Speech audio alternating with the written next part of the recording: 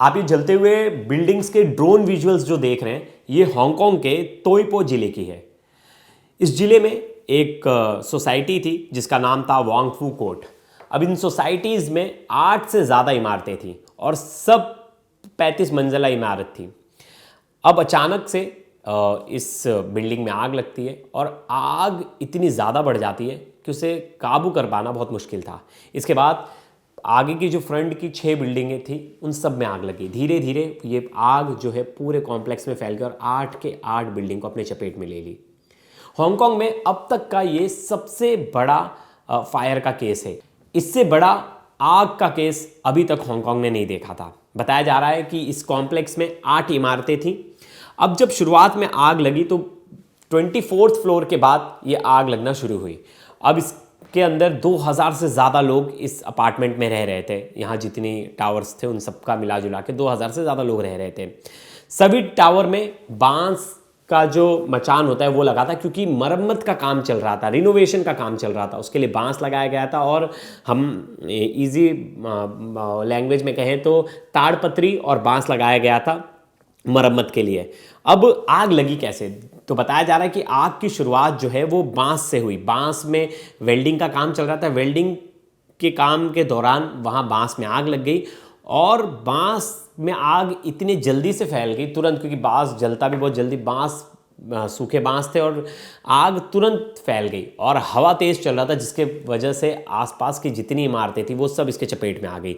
और पूरे जिन्हें कॉन्ट्रैक्ट मिला था, बताया जा रहा है कि उन्होंने पूरी कॉरिडोर पे जितने भी इमारत थे उन सब में बांस का काम कर रखा था और उसी के बाद रिनोवेशन का काम शुरू हुआ था। अब इसमें जो बाकी टावर्स थे वो भी चपेट में आ गए, लेकिन जब पहले टावर में ही आग लगी तब तक बाकी टावर्स में इंफॉर्मेशन पहुंच गई और धीरे धीरे पूरे टावर्स को खाली करा दिया गया था। अब मरम्मत के कारण कई फ्लैट्स की खिड़कियां जो थी वो बंद थी। लोगों को समय रहते आग की भनक नहीं लगी, जिसकी वजह से कई लोग आग में जलकर मर गए, उनकी मौत हो गई। अब बताया जा रहा है कि इमारत के अंदर स्टायरोफोम मिला है, जिसकी वजह से आग और ज़्यादा बढ़ गई और बताया जा रहा है कि ये केमिकल और जो बाकी फोम्स थे उनकी वजह से आग ज़्यादा तेज हो गई। अब कई मंजिलों पर तापमान इतना बढ़ गया कि फायर फाइटर्स अंदर तक पहुंच ही नहीं पाए। एक फायर फाइटर की भी मौत हो गई है इसमें, बताया जा रहा है। जलते हुए बांस की तेज कड़कड़ाहट दूर तक सुनाई गई। अब जब था बांस जो था वो फट रहे थे जलने के बाद, उनकी आवाज़ जो थी वो कई किलोमीटर दूर तक सुनाई दे रही थी, क्योंकि एक साथ कई बांस फट रहे थे और सबकी आवाज़ जो थी वो गूंज रही थी। ऐसा लग रहा था कि वहाँ फायर क्रैकर्स का शो चल रहा है। आग का लेवल 5 कैटेगरी में रखा गया। हांगकांग में आग की सबसे गंभीर श्रेणी है ये लेवल 5 में, और बताया जा रहा है कि 100 से ज़्यादा दमकल की गाड़ियाँ, फायर ब्रिगेड की गाड़ियाँ तुरंत मौके पर पहुंची। 20 घंटे गुजर जाने के बाद भी आग पर पूरी तरह से काबू नहीं पाया गया है।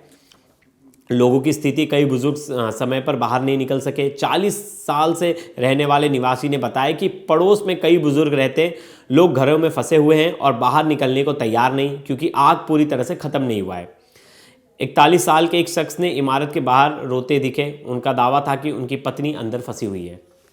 अब ये तो थे जो लोग थे वहाँ के, वो अपना दर्द बयां कर रहे हैं। कुछ लोगों ने उसके बाद बाइट भी दिया, मीडिया से बातचीत भी की। एक बार सुनते हैं वो क्या कह रहे हैं। Of course I'm not feeling good, seeing so many blocks on fire, some of them burning all the way inside people's homes. How could anyone feel okay? 2點9度咯，突然間聽噼哩啪啦好嘈，跟住望出去就遠嘅地方咧，即係第5座嗰邊就着火啦，跟住走落街睇話原來係第5座燒得好犀利，即刻翻屋企執嘢咯，跟住就走落街到而家啦，都成3個幾鐘頭都有噶啦。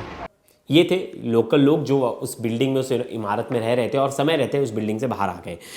अब सरकार ने तुरंत एक्शन लिया है। पुलिस को बोल दिया है कि जो भी लोग इसके पीछे उन्हें गिरफ्तार करो। पुलिस ये पता लगाने में जुटी है कि एक्चुअल कारण क्या है। क्या सिर्फ बांस में आग लगने के कारण ये सब कुछ हुआ है, क्या इसके पीछे और कोई लोग हैं? जो 3 लोग जिम्मेदार थे, जिन पर लापरवाही, गैर इरादतन हत्या का शक है, उन तीनों को अरेस्ट कर लिया गया है। डिटेल अभी पब्लिक में साझा नहीं की गई है, लेकिन बताया जा रहा है 3 लोगों को हिरासत में ले लिया है, उन्हें अरेस्ट कर लिया गया है। सरकार ने 2 जगह अस्थायी शेल्टर खोले हैं। एक है कोंगफू कम्युनिटी हॉल और एक टुंगजियो स्ट्रीट बिल्डिंग में जो लोग आग जिनके घर में लगी उनके लिए शेल्टर होम बनाया गया, वहीं वो लोग रहेंगे। अब चीन के राष्ट्रपति शी जिनपिंग ने दुख जताया और पीड़ितों की हर संभव मदद का आदेश दिया है। Japan, Germany, Britain, Canada, America सहित कई देशों ने संवेदनाएं दी है। मैकडॉनल्ड्स ने 1000 फ्री फूड पैकेट देने की घोषणा की है और बहुत सारे लोग जो हैं, सोशल वर्कर और वहाँ के एनजीओज भी हैं, जो वो सामने आ गए, जिन लोगों का नुकसान हुआ है उनकी भरपूर मदद करने का वादा भी कर रहे हैं। अतिरिक्त ज़रूर अब जो बताया जा रहा है कि वहाँ फायर डिपार्टमेंट भी समय रहते इसलिए पहुंच गया क्योंकि वहाँ की रोड चौड़ी थी और ये मेन हाईवे वाले रोड पे था, तो इजीली वहाँ फायर डिपार्टमेंट पहुंच गया। लेकिन हाइट ज़्यादा था और आग की लपटें इतनी तेज़ थी कि फायर फाइटर्स को बड़ा समय लग गया। मतलब वो आग एक बार जब तक पूरी जल नहीं गई बिल्डिंग, उसके बाद ही आग बुझाने का प्रोसेस जो वो शुरू किया गया, क्योंकि जो फायर फाइटर्स थे वो भी आग की लपटों से काफ़ी दूर थे। और जब आग, आप देख सकते हैं विजुअल्स, देखिए विजुअल्स में कितनी तेज़ लपटें हैं।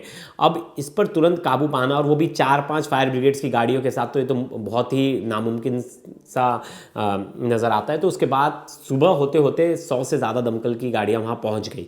अब क्योस इतना ज़्यादा हो गया, एम्बुलेंस इतनी ज़्यादा थी और आसपास के लोग भी वहाँ इकट्ठा हो गए, जिसकी वजह से उन्हें हैंडल करना, साथ ही साथ आग बुझाना एक बहुत बड़ा टास्क था हांगकांग के लिए, हांगकांग की सरकार के लिए। और समय रहते बताया जा रहा है कि आग पर काबू तो पा लिया गया, लेकिन अभी भी जो है पूरी तरह से एक कहा जा सकता है कि आग पर काबू 100% तो नहीं पाया गया है। अभी बहुत सारी जो फ्लोर्स हैं अभी भी वहाँ आग की लपटें जो हैं वो दिखाई दे रही हैं, धुआं दिखाई दे रहा है। और 7 दिसंबर को हांगकांग में इलेक्शंस होने वाले हैं, तो उससे पहले जितने भी प्रचार हैं इलेक्शन के वो रोक दिए गए हैं इस आग की वजह से, क्योंकि ये सबसे बड़ा हादसा माना जा सकता है हांगकांग का अब तक का, क्योंकि जिसमें 100 से ज़्यादा लोग जो हैं वो इसमें मारे गए हैं। और आने वाले समय में ये आंकड़ा बढ़ भी सकता है। वहाँ के कई मीडिया संस्थान जो है वो बता रहे हैं कि ये आंकड़ा बन सकता है। सरकार अभी जो सरकारी आंकड़े दे रही है उससे कई ज़्यादा तो जो मॉर्चरी हाउस है वहाँ डेड बॉडीज़ देखे गए हैं। तो आने वाले समय देखना होगा कि ये आग में कितने घर बर्बाद हो गए और इस आग ने कितने घर को निगल लिया। तो दोस्तों, इस वीडियो पर आपकी क्या राय है ज़रूर बताइएगा। तब तक के लिए धन्यवाद।